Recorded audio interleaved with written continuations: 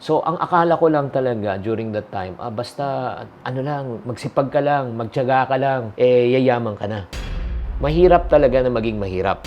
Videos that will make you wealthy and debt-free.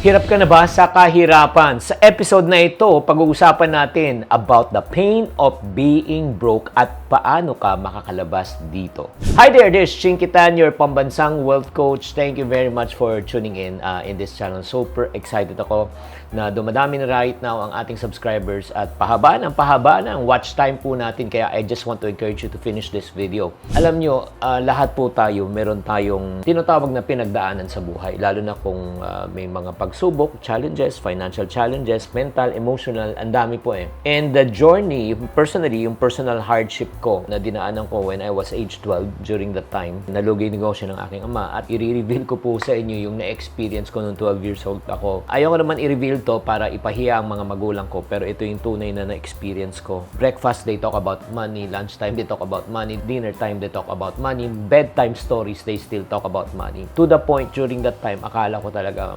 maghihiwalay na talaga sila. So, ano yung feeling ko during that time? Pagka wala kang pera, I feel scared because, yun nga, feeling ko talaga maghihiwalay sila. That's number one. Yun ang pinaka nakakatakot para sa isang bata na maging parte ng isang broken family. And para sa mga taong na pinagdaanan nyo, you know what I mean, di ba? Mag-comment na lang kayo sa comment section kung ano yung feeling na yan. Number two, nag-aalala ako para kay mama and papa kasi nga parati sila nag-aaway, di ba, nagsisikawan. And number three, hindi mo rin makuha ang gusto mo sa buhay. And then, siyempre, feeling mo deprived ka, feeling mo kawawa ka during that time when you were young. Do you agree? So, in other words, I miss out a lot of fun, and then when I was young, mga dapat kong mabili, ma-experience yung bata ko, hindi ko makuha. At siyempre, nakakahiya rin minsan. Sila kumakain, ikaw hindi, feeling mo left out ka. Ultimately, pag ikaw wala kang pera, iba ang tingin sa'yo ng tao pag wala kang pera. Do you agree? So, nag-isip talaga ako ng pamamaraan para makalabas doon. And the thing that I only learned and knew what to do during that time was to sell. So, ang akala ko lang talaga during that time,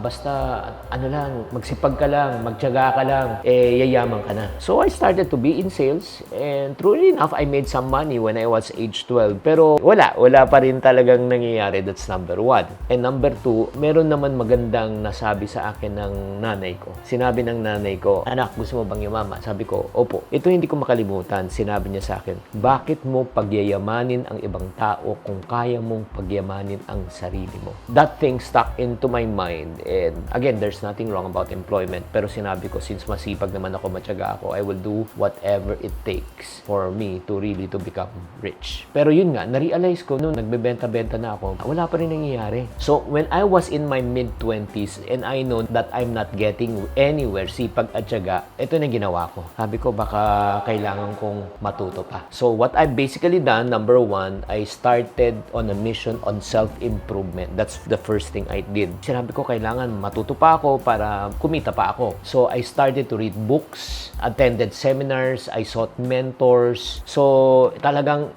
basa ako ng basa, grabe. Kahit na hindi ako nakapagtapos during that time, I still continue to read book. And then number two, I attended a lot of seminars, believe me. And there was one particular seminar that I cannot forget. That was in 1996. Memorabilia ko to, Zig Ziglar. I paid 5,000 pesos 1996. Ang value siguro ngayon nasa 50,000. And I sought mentors to teach me and train me. So basically what happened was I learned about financial literacy, investing, the value of education. And to cut the long story short, yung dating kinikita ko from 15,000 naging 25, from 25 naging 50,000, from 50,000 naging 100,000, 100,000 naging 1 million a month, 1 million a month, and then the rest is history. So in other words, I was able to pull out of my hardship. Then right now, ano pong ginagawa ko? I became a financial coach, an author, and right now, educator sa finances. So ito po yung na-realize ko talaga. Because of this parang journey ko, mahirap talaga na maging mahirap. That's number one. Number two, hindi mahalaga kung saan ka nang galing. Ang mahalaga saan ka papunta. That's number two. Number three, ang pagyaman pala ay napag-aaralan na ginawa ko. Kaya nga, I was able to do this. That's the reason why ikaw ngayon na na nakikinig at nanonood ka sa akin, if you are experiencing the same fear that I've experienced before, the pain of being broke and poor, kung ikaw pinagdadaanan mo yan, huwag kang mawalan ng pag-asa. Bakit? Kaya nga, kung ako, wala akong pera ako noon, di ba? Pero ang the way I did, number one, I read books, I attended seminars, I find coaches and mentors. So, financial education talaga is one of the key to success. Bakit? Parang sinasabi ko nga, kung gusto mong maging abogado, mag-aral ka ng legal or ng law. Kung gusto maging doktor, medicine ka. Kung gusto mong maging architect, di ba? Architecture. Kung gusto mong maging negosyante, mag-aral ka ng business. Kung gusto mong gumaling sa pag-invest, pag-aralan mo ang pera. So, success pala in life, hindi pala talaga mahirap with the right knowledge. Kaya nga, I just want to encourage you. Sana naman, kung kayo ay may pinagdadaanan, na-encourage kayo sa kwento ko, I turn my scar into stars. I turn my pain into my gain. So, I just want to encourage you. Kung ikaw may pinagdadaanan, katanungin mo sarili mo, bakit ka nahihirapang kumita until today? Alam kong masipag, matyaga ka. Pero tanungin mo sarili mo, ano pa kayang kulang? I-continue mo lang ang sipag at tiyaga. Baka wala pa rin mangyari. Baka ang kulang lang, suggestion lang. Hindi ang sipag ang tiyaga ang kulang mo. Ang kulang mo lang ay karunungan at diskarte. Ulitin ko. Karunungan, dagdag kaalaman, bagong kaalaman, at dagdag diskarte, yung lakas ng loob para ma-implement ang inyong kaalaman. Sa palagay nyo, ikaw, anong kulang mo? Is it sipag? Is it tiyaga?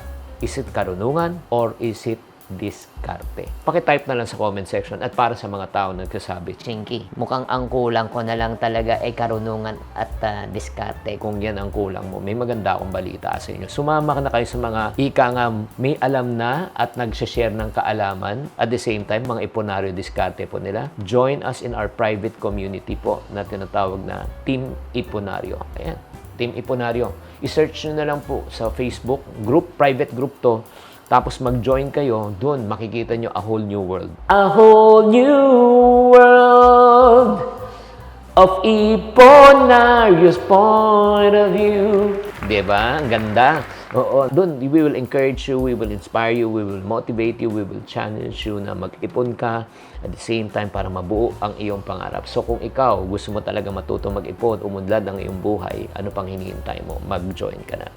Sana nakatulong tong video na ito at kung meron kayo nais mga videos that you want me to do, please comment in the comment section.